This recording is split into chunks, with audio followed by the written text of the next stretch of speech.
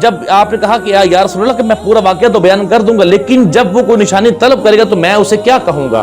تو آپ نے بڑی خوبصورت بات کہی اور آپ نے کہا تم مجھ سے کہنا کہ اے علی بن موسیٰ، ہر روز فجر کی نماز کے بعد تم مجھ پہ درود پاک پڑھتے ہو، اور جب تک 5000 کا عدد پورا نہیں ہو جاتا آپ کسی سے بات نہیں کرتے، آپ ان سے یہ بات کر دینا۔ تو جب اس کی آنکھ کھلی تو وہ خوشی سے جھوم اٹھا کہ اب میرے پاس نشانی بھی ہے، میرے پاس ایک اتنا بڑا آرڈر بھی ہے، تو لہٰذا اب میرا کام ہو جائے گا۔ تو وہ جب اگلی صبح عدالت لگنی تھی، اس نے فرسٹ ٹائم اٹھتے ہی سب سے پہلے وہ عدالت جانے کے بجائے قاضی کی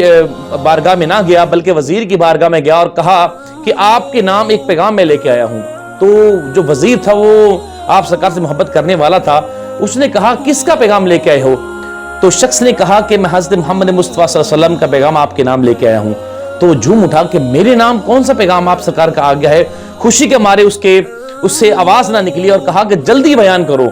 تو اس شخص نے کہا کہ مجھے رات کو حضرت محمد مصطفیٰ صلی اللہ علیہ وسلم خواب میں ملے اور کہا جو میرے پہ قرض ہے علی بن موسیٰ کو بولو کہ میرا وہ قرض ادا کر دے۔ تو وقت کا وزیر تھا، اس نے کہا یہ بات تو تمہاری ٹھیک ہے، لیکن میں تمہاری بات پہ یقین کیسے کر لوں کہ واقعی تمہیں حضرت محمد مصطفیٰ صلی اللہ علیہ وسلم نے بھیجا ہے؟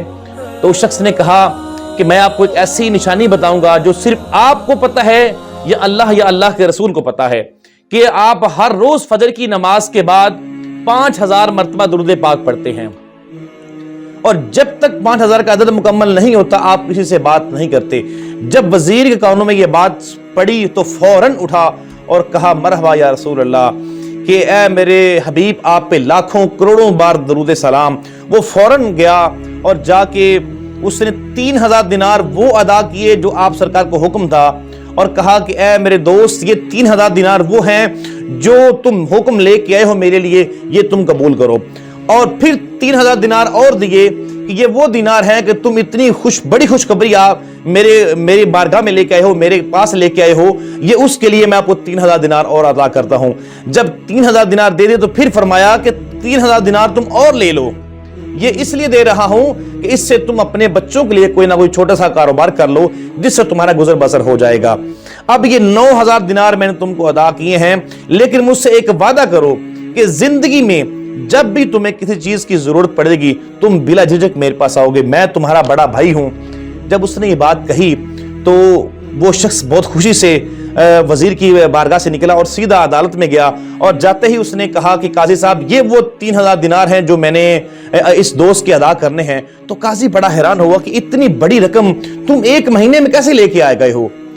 تو اس شخص نے سارا واقعہ اس بھری عدالت میں بیان کر دیا کہ میں نے یہ کام کیا تھا تو مجھے اتنے پیسے مل گئے اور آپ سرکار نے مجھے اپنی زیارت سے مشرف فرمایا ہے۔ جب قاضی نے یہ واقعہ سنا تو فوراً قاضی اپنی سیٹ سے اٹھا اور کمرے میں جا کے 3000 دینار لے کے آ گیا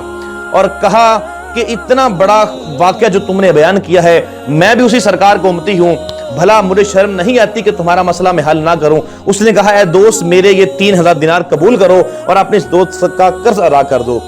جب قاضی نے یہ بات کہی تو وہ شخص جس نے کیس کیا تھا اس نے کہا کہ بھائی بات سنو، ٹھہرو، کہ اے وقت کے قاضی صبر کر جاؤ، میں بھی اسی محبوب کا امتی ہوں،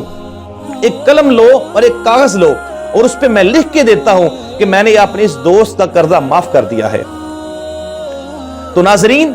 اب اس شخص جو مقروض تھا اس نے کہا کہ قاضی صاحب یہ 3000 دینار جو آپ نے مجھے عطا کی ہیں یہ واپس لے لیجئے، جب میرے دوست نے میرا قرضہ ہی معاف کر دیا ہے تو میں ان 3000 دینار کا کیا کروں گا؟ تو قاضی نے کہا کہ وہ دینار جو سرکار کے نام سے نکلے ہیں اب واپس نہیں ہوں گے، اس کو بھی تم لے جاؤ اور لے جا کے اپنا کاروبار کرو۔ تو ناظرین ہمیں اس سے بہت بڑا سبق ملتا ہے۔ ہمیں سبق کیا ملتا ہے کہ جب بھی ہم کسی بھی مشکل حالات میں ہوں، جب بھی ہم کسی مشکل مصیبت میں ہوں تو ہمیں گھبرانا نہیں چاہیے۔ ہم اس سرکار کی امتی ہیں جس سرکار کی امت کے لیے وقت کے نبیوں نے دعا کی ہے، تو آپ کو چاہیے کہ آپ سرکار پہ حضرت محمد مصطفیٰ صلی اللہ علیہ وسلم پہ رات دن درود پاک پڑھیں، اتنا درود پاک پڑھیں کہ جو بھی آپ کی مصیبتیں ہیں، جو بھی آپ کی پریشانیاں ہیں وہ اللہ نے چاہا تو خود بخود ہی حل ہو جائیں گی، یا پھر آپ کے ایسے وسیلے بن جائیں گے کہ جس کو جو بھی آپ خود اس چیز کو محسوس کریں گے کہ واقعی اللہ پاک نے میرا ایک ایسا نیک وسیلہ بنا دیا ہے جس سے میری تمام مصیبتیں دور ہو چکی ہیں۔ تو ناظرین، ہمیں امید ہے یہ جو ہم نے مختصر سا واقعہ آپ کے لیے بیان کیا ہے، آپ کو ہم نے بتایا ہے، آپ کو اس سے بہت زیادہ استفادہ حاصل ہوا ہوگا۔ تو ہم آخر میں آپ نے تمام ناظرین جو ہماری امت مسلمہ سے دعا کرتے ہیں کہ آپ ہمارے چینل کو سبسکرائب کریں، لائک کریں، کمنٹ کریں اور بہت زیادہ شیئر کریں، اور انشاءاللہ میں ایک نئی ویڈیو بہت جلد لے کے آپ لوگوں کے لیے حاضر ہوں گا۔ تب تک لیے مجھے اجازت دیجیے، اپنا بہت سا خیال رکھیے گا۔ السلام علیکم ورحمۃ اللہ۔